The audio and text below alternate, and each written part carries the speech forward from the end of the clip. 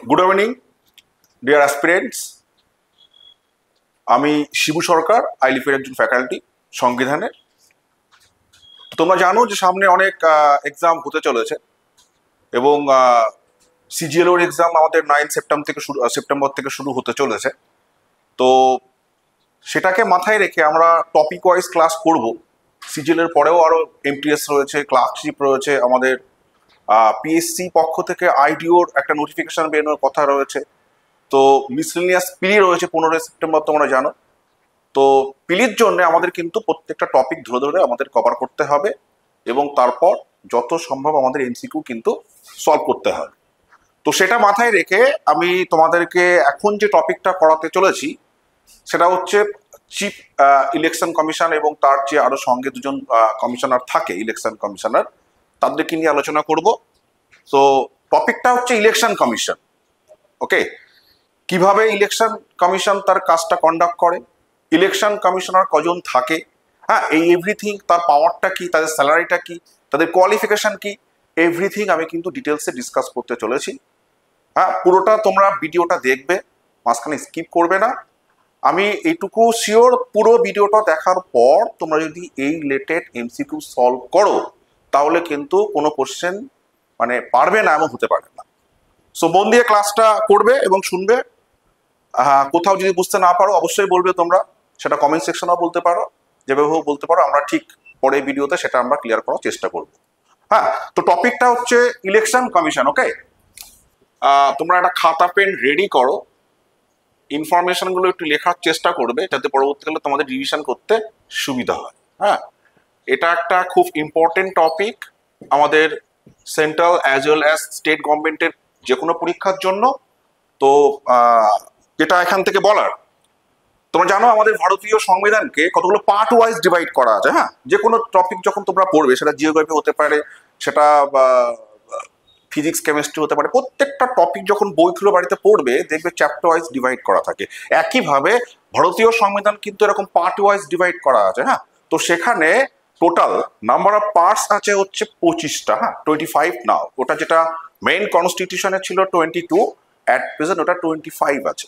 তো যখনই কোনো টপিক আমরা পড়বো ভারতীয় সংবিধানের, সেই টপিকটা কোন পার্টে ডিসকাস করা আছে এটা আমরা ডিটেলসে একটু শুনবো বা জেনে নেব। পার্টটা হচ্ছে যে পার্টে আমাদের ভারতীয় সংবিধানে ইলেকশন কমিশন ডিসকাস করে, ডিসক্রাইব করে, সেটা পার্ট 15। একটা নর্মাল কোশ্চেন এখান থেকে আসে যে ইলেকশন কমিশন কোন পার্টে আলোচনা করা আছে, সেটা অনেক পরীক্ষাতে অলরেডি দেখেছি আমরা। ডব্লিউবিসিএস পিলিতে হোক, মিসলিনিয়াসের পরীক্ষা হোক, ক্লার্কশিপ হোক, পুলিশের যে কোনো পরীক্ষা হোক, সেখানে কিন্তু আমরা ডিটেলসে দেখেছি যে নর্মাল কোশ্চেন আসে ইলেকশন কমিশন কোন পার্টে আলোচনা করা আছে। তো এটা একটা ব্যাপার। আর একটা আর্টিকেল, তোমরা জানো যে ভারতীয় সংবিধান আর্টিকেল ওয়াইজ ধারাতে ভাগ করা আছে। সেখানে টোটাল পার্ট আছে, এই ধারা রয়েছে আমাদের টোটাল 395। এর মধ্যে আজকের টপিক ইলেকশন কমিশন কোন পার্টে আছে, এই কোন ধারাতে আছে, সেটাও কিন্তু এক্সামে আসে। সেটা যদি আমরা করি তাহলে কি হবে, আর্টিকেল 324। এই ইলেকশন কমিশন ভারতীয় সংবিধানে কবে ইনক্লুড করা হয়েছিল? ফার্স্ট যখন সংবিধান শুরু হয় 1950-তে, 26 জানুয়ারিতে, তখনই কিন্তু এটা ইমপ্লিমেন্ট হয়ে যায়। তো যেটা আমরা এই ইলেকশন কমিশন যেটা ফর্ম করা হয়েছিল ওই ডেটটা থেকেও আমাদের এক্সামে কোশ্চেন আসে। সেই ডেটটা হচ্ছে 25 জানুয়ারি। এটাও কিন্তু মনে রাখবে, 25 জানুয়ারি ইয়ারটাও তোমাকে মনে রাখতে হবে তোমাদেরকে 1950। দ্যাটস ওয়াই এই যে ডেটটা আছে না 25 জানুয়ারি, এটাতে ভোটার ডে সেলিব্রেট করা হয়। 25শে জানুয়ারি কিন্তু ন্যাশনাল ভোটার ডে হিসেবে কিন্তু, ভোটার্স ডে হিসেবে কিন্তু সেলিব্রেট করা হয়। ওকে, তো বোঝা গেল এটা। নেক্সট আমরা জানবো যে এই ইলেকশন কমিশন যেটা আছে এর কম্পোজিশনটা কি, মানে কতজন এখানে মেম্বার্স থাকতে পারে। এটাও একটা ইম্পর্টেন্ট টপিক, তোমাদের মনে রাখতে হবে। এর সঙ্গে যেটা রিলেটেড কম্পোজিশন। হ্যাঁ,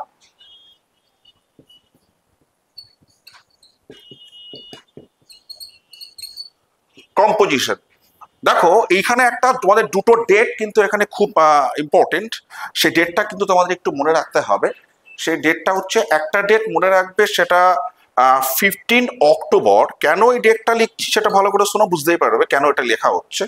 1989 এই একটা ডেটটা মনে রাখবে। আর একটি পরে মানে 16 অক্টোবর, এই ডেটটাও একটু মনে রাখবে তোমরা। কেন? এত ডিটেলসে এক্সামে কোশ্চেন না আসলেও কিন্তু তোমাদের জানো WBCS মেন বা পিলিতে কিন্তু এরকম কোশ্চেন আসতেই পারে, সিজিএল পিলিতেও কিন্তু এরকম কোশ্চেন আসতে পারে। তোমাদের মনে হতে পারে এটা ডিটেলস না, জানতে হবে, কম্পিটিশন বাড়ছে, আমাদেরকে তৈরি হতে হবে সেইভাবেই, যাতে যেখান থেকে সেখান থেকে যদি কোশ্চেন আসে আমরা রেডি। তো 15 অক্টোবর 1989 যেটা এই ডেটটা কিন্তু খুবই ইম্পর্টেন্ট। এটাও তোমাদেরকে ডেটটা কেন মনে রাখবে শোনো।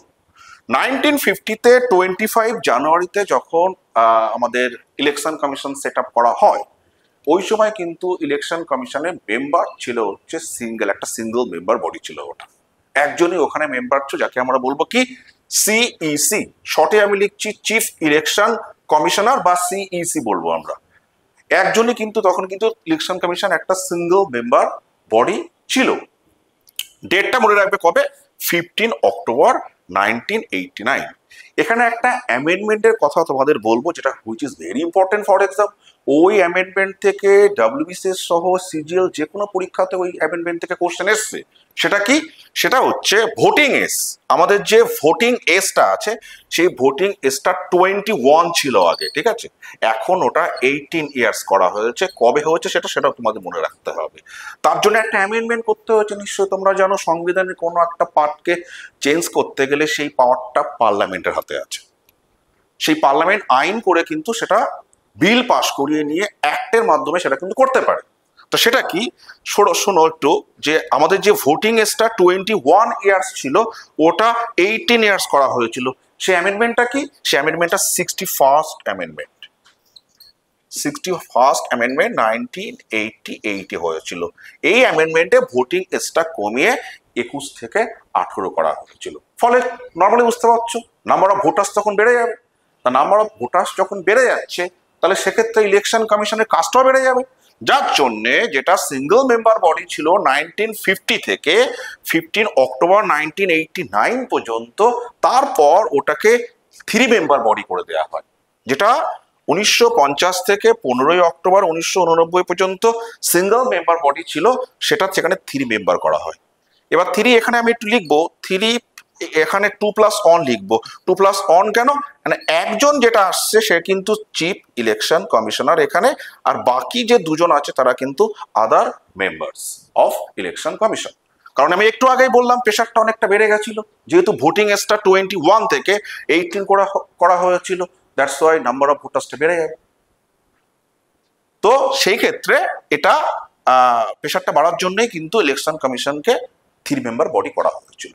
এটা আবার চলেছিল কত পর্যন্ত, 1990 পর্যন্ত, এটা জানুয়ারি পর্যন্ত এটা চলেছে। তারপর এটাকে আবার বাড়িয়ে দেয়া হয় পরে, মানে এটা সিঙ্গল মেম্বার বডি তো প্রথম থেকে ছিল বললাম। 1990-তে 3 মেম্বার বডি ছিল, আবার 89 থেকে 1990 পর্যন্ত, জানুয়ারি পর্যন্ত। পরে ওটাকে আবার চেঞ্জ করা হয়, আবার পুনরায় ওটাকে সিঙ্গেল মেম্বার বডি করা হয়। তো মনে রাখবে, এটা এত ডিটেলসে তোমাদের একটু মনে রাখতেই হবে, কারণ তোমরা জানো WBCS পরীক্ষাও কিন্তু ডেসক্রিপটিভ হতে চলেছে, এগুলো কিন্তু তোমাদের মনে রাখতে হবে।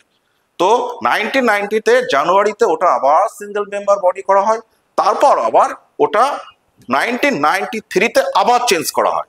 1993-তে এটাকে আবার চেঞ্জ করে ওটাকে 3 মেম্বার বডি করে দেওয়া হয়। এর সাথে একটা কমিটির নাম কিন্তু খুব ইম্পর্টেন্ট, সেটা মনে রাখতে হবে, দীনেশ গোস্বামী কমিটি। শুরুতে বলেছিলাম একটা খাতা পেন রেডি রাখতে, এটাও একটু লিখে নেবে তোমরা, যে দীনেশ গোস্বামী কমিটি কিন্তু এর সাথে রিলেটেড। এই দীনেশ গোস্বামী কমিটির রেকমেন্ডেশনে কিন্তু এটাকে 3 মেম্বার বডি আবার করা হয়েছিল 1993 থেকে। তো এটা মনে রাখবে। তাহলে কম্পোজিশন ক্লিয়ার হলো, কিভাবে কি আসছে, কতজন মেম্বার আছে। আরেকবার একটু পুরো এটাকে সামারাইজ করে বলে দিচ্ছি কি, শুরুতে এটা সিঙ্গেল মেম্বার বডি ছিল, 1993-তে গিয়ে মাঝখানে ওটা কিন্তু আবার 3 মেম্বার বডি করে দেওয়া হলো। ডিটেলসটা কিভাবে হয়েছে সব কিন্তু এখানে আমি বলেছি। তোমাদের এটা অবজেক্টিভের জন্যও কাজে লাগবে, ডিসক্রিপটিভ ওয়েতে পড়াশোনা করলেও কিন্তু এই সেম ভিডিওটা দেখলে তোমাদের কিন্তু লাভ হবে। নেক্সট যেটা আমরা আবার শুরু করব, এর পরের যে টপিক, অ্যাপয়েন্টমেন্ট।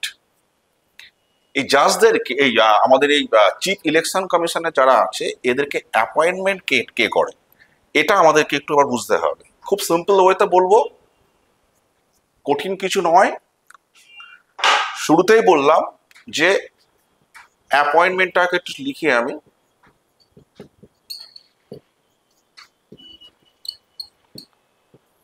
অ্যাপয়েন্টমেন্ট, আমি বলেছি এই মুহূর্তে number of members in election commission আছে 2+1, মানে অ্যাট প্রেজেন্ট এখানে সিইসি মানে চিফ ইলেকশন কমিশনার, আর এখানে 2 রয়েছে কিন্তু আদার্স মেম্বার।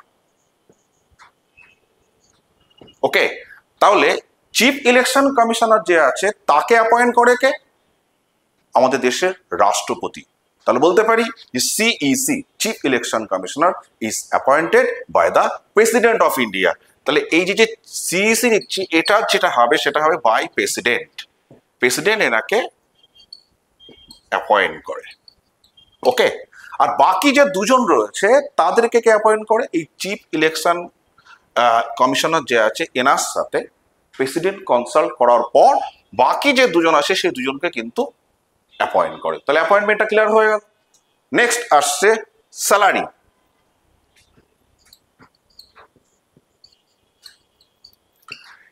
এরা একটা স্যালারি পায়, সেই স্যালারিটা কত সেটাও কিন্তু জানতে হবে। স্যালারিটা কত? আমাদের কনস্টিটিউশনে যেটা ক্লিয়ার বলা আছে যে একজন জাজ মানে আমাদের যে সুপ্রিম কোর্টের যে জাজ, সে জাজের যে স্যালারি সেটাই কিন্তু ইলেকশন কমিশনের মেম্বারদের স্যালারি। এমন নয় যে চিফ ইলেকশন কমিশনার এবং অন্যান্য যারা সঙ্গে আরো দুজন মেম্বার্স রয়েছে তাদের স্যালারি অন্যরকম, না, স্যালারি সেম। এবং সেটা কিসের সাথে সেম রয়েছে? এদিকে সুপ্রিম কোর্টের যে অন্যান্য জাজ রয়েছে, সুপ্রিম কোর্টের যে অন্যান্য জাজ তাদের সঙ্গে যে স্যালারি সেটাই কিন্তু সেম স্যালারি। তাহলে এটা আমরা একটু রিভাইজ করে নেবো যে সেম তা বলতেই পারি চিফ জাস্টিস অফ ইন্ডিয়ার যে স্যালারি এই মুহূর্তে 2.8 লাখ, ঠিক আছে, এটা একটু লিখে নেবে তোমরা, এর সাথে এটা একটু রিভাইজ হয়ে যাচ্ছে। আর আদার যে জাজ রয়েছে সুপ্রিম কোর্টে, আদার জাজেস অফ সুপ্রিম কোর্ট, এদের স্যালারিটা কত?